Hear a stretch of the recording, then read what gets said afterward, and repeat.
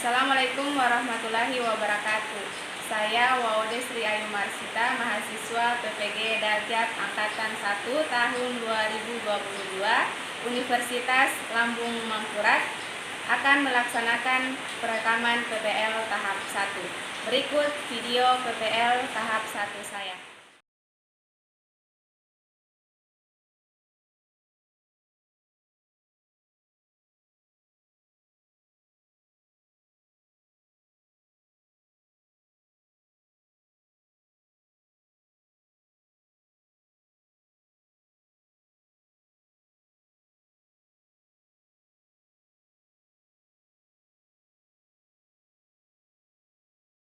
Assalamualaikum warahmatullahi wabarakatuh. Waalaikumsalam warahmatullahi wabarakatuh. Selamat pagi anak-anak. Pagi. Apa kabar kalian hari ini? Alhamdulillah. Ibu absen dulu ya. Ya kan namanya. Apa? Ahmad Diriyat Isra. Sakit. Banyak yang sakit ya. Sebelum kita belajar, marilah kita berdoa. Ketua kelas pimpin doa. Baiklah, teman-teman, sebelum kita mulai pelajaran hari ini, marilah kita berdoa terlebih dahulu. Doa dimulai. Doa selesai. Siap belajar anak-anak? Pada pertemuan sebelumnya, kita telah mempelajari objek kajian dalam biologi. Siapa yang masih ingat objek dalam kajian biologi? Objek kajian biologi sel dan jaringan. Ada lagi ya, Bang? Biosfer, gen, dan jenisnya, Bu Guru. Iya. Nah, sekarang kita akan mempelajari ketiga hal tersebut kaitannya dengan variasi yang ditimbulkannya di alam. Setelah kita mempelajari bab ini, kalian lebih tahu variasi yang dimunculkan oleh makhluk hidup di sekitar kita, serta bagaimana kita menyikapinya agar tetap lestari dan terjaga. Coba tuliskan terlintas di pikiran kalian ketika mendengar kata keanekaragaman hayati.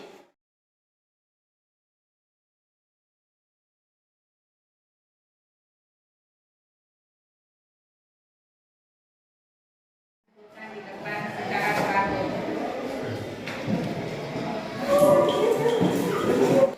Baik, hari ini kita akan belajar tentang materi keanekaragaman hayati.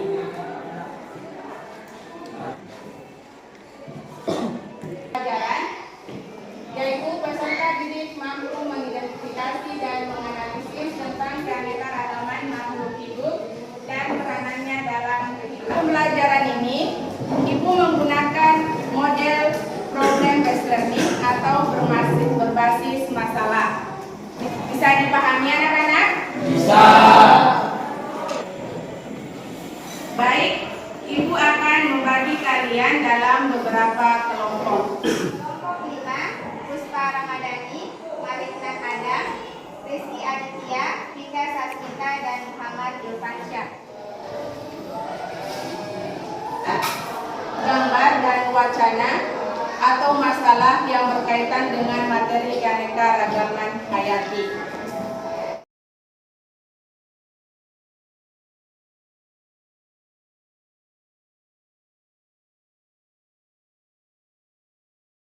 Dan membaca wacana ini dengan seksama, apakah ada yang muncul pertanyaan? Apa ciri-ciri fisik seperti warna kulit pada anak-anak di keluarga pelangi berbeda dengan orang tuanya? Apakah kasus di keluarga pelangi berkaitan dengan keanekaragaman hayati? Jadi pertanyaan yang bagus ya anak-anak. Silakan duduk sesuai dengan kelompoknya masing-masing berdasarkan pembagian kelompok yang telah dibagi.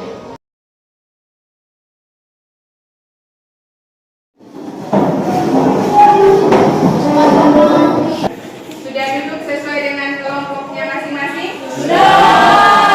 Tiap-tiap kelompok untuk maju ke depan mengambil LKPD dan bahan ajarnya. Silakan pada bagian LKPD pembuktiannya? Ya, silakan. Oh, pertanyaan yang bagus ya. Maaf, jadi di LKPD itu ada beberapa poin yang terdiri dari poin A sampai E. Yang poin A merumuskan masalah. Pada merumuskan masalah itu kalian akan menuliskan pertanyaan-pertanyaan yang muncul. Silakan berdiskusi dengan kelompok. Ibu beri waktu selama 30 menit. Dimulai dari sekarang. Tadi di sini kalian perlu bekerja sama. Hai. Hello. Hello. Hai. Mengapa penting untuk bekerja sama atau kolaborasi? Karena kolaborasi atau bekerja sama ini merupakan salah satu keterampilan pembelajaran yang 421 sekarang ini.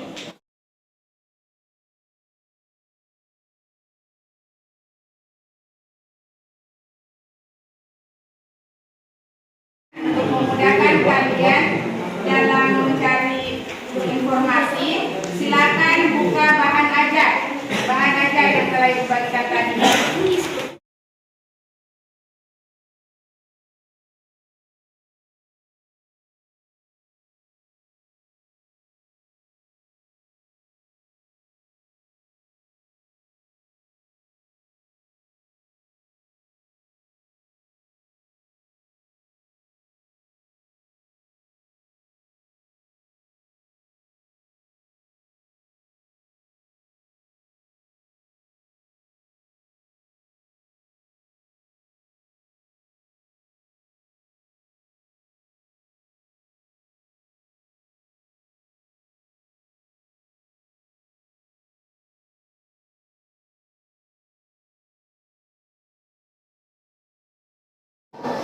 Waktu sekitar 16 menit lagi. Berhubung waktu diskusi telah selesai, maka sekarang kita akan siap-siap untuk presentasi. Ya. Mengapa ciri-ciri fisik berubah warna kulit pada anak-anak atau keluarga pelangi berbeda dengan orang tuanya? 2. Apa kasus perbedaan ciri fisik hanya terjadi pada keluarga pelangi? Ciri fisik seperti warna kulit pada Tersebut disebabkan oleh gen. Gen mempengaruhi sifat fisik makhluk hidup termasuk manusia. Susunan gen suatu individu disebabkan oleh interaksi gen dari orang tuanya. Berkaitan dengan pembelajaran hari ini, yaitu keanekaragaman hayati. Sejarah garis besar keanekaragaman hayati.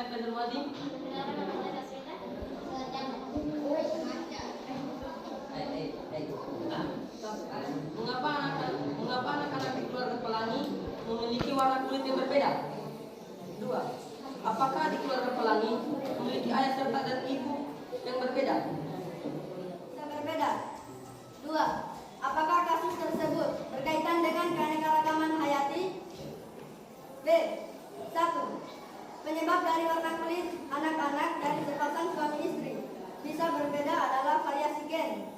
2. Menurut kami, kesimpulan kami bahwa pada keluarga pelangi mirip fisik kedua warna kulit yang disebabkan oleh gen dari orang tuanya, dan bahwa ciri fisik yang dibagikan melalui gen tersebut tidak sebatas warna kulit, tetapi juga. Tadi kalian telah memaparkan hasil diskusi kelompok kalian. Di situ di LKPD itu ada pertanyaan ibu mengenai gambar. Silakan ke kelompok 1. Pada gambar A itu termasuk tingkat keanekaragaman apa? Pada gambar A termasuk tingkat keanekaragaman gendu. Bagaimana dengan kelompok lain? Kelompok 2. Pada gambar B termasuk tingkat keanekaragaman apa? Tingkat keanekaragaman. 5. Gambar E. Bagaimana dengan kelompok lain? Sama. Ada yang bisa jawab nomor 2? Silakan Muhammad Akbar. Berdasarkan itu, ada tingkat keanekaragaman gen, tingkat keanekaragaman spesies, dan tingkat keanekaragaman ekosistem. Keanekaragaman hayati tingkat gen adalah variasi makhluk hidup pada satu spesies yang utama. Keanekaragaman hayati tingkat spesies adalah variasi jenis individu yang berbeda, namun masing-masing satu genus. Ibu akan membuka sesi tanya jawab. Silakan. Ada yang ingin bertanya? Apakah pada mangga bacang termasuk keanekaragaman tingkat gen? Bukan termasuk keanekaragaman gen, melainkan keanekaragaman spesies. Karena terjadinya genus yang sama, yaitu Caranya agar kita lebih mudah dalam membedakan keanekaragaman gen dan jenis. Artikan mengklarifikasian atau pengelompokan makhluk hidup pada keanekaragaman gen terjadi dalam satu spesies yang sama. Kelompok 1 ini menambahkan, pada keanekaragaman jenis juga harus memahami terjadi pada makhluk hidup. Karena pada keanekaragaman jenis terjadi pada takson, genus, dan famili yang sama, namun dibedakan menjadi. Jadi anak-anakku sekalian, dalam mempelajari materi keanekaragaman hayati, ada beberapa hal yang harus kalian pahami dan ingat. Yang pertama, tingkat keanekaragaman gen terjadi karena adanya variasi dalam satu spesies yang sama. Kemudian yang kedua, tingkat keanekaragaman jenis terjadi pada takson, famili, dan genus yang sama, namun dipisahkan menjadi beberapa jenis yang berbeda. Pada bahasa Indonesia, kita menemukan nama-namanya berbeda, sedangkan dalam pengklasifikasian itu namanya sebenarnya adalah sama. Jadi, perlu kalian pahami di sini adalah pengklasifikasian atau pengelompokan makhluk hidup. Kalian perlu pelajari dan pahami lebih lanjut tentang itu. Kemudian yang ketiga adalah tingkat keanekaragaman ekosistem. Itu dia terjadi karena adanya interaksi komponen biotik dan abiotik yang terjadi di dalam suatu habitat. Silakan sekarang anak-anak silakan kalau KPD-nya dibutuhkan menjadi berkelompok. KPD saja. Sekarang Ibu mau tanya, adakah yang ingin menyampaikan kesannya tentang proses pembelajaran kita hari ini?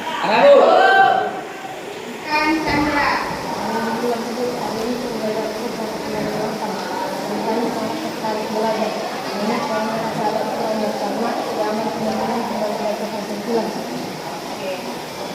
Menjadi motivasi bagi Ibu untuk merancang pembelajaran ke depannya.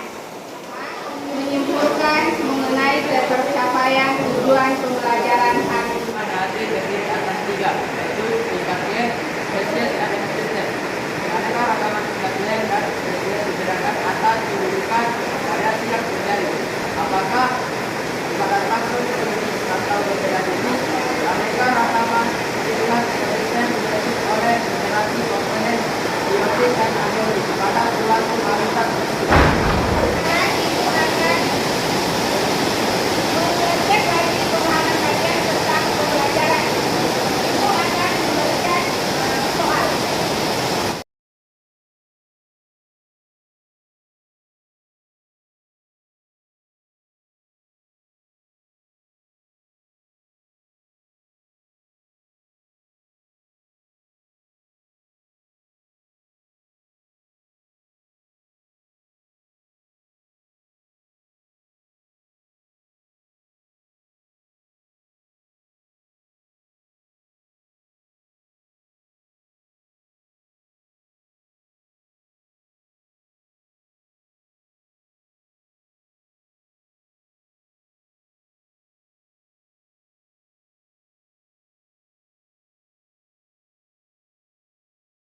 Oke, silakan dikumpulkan ke depan.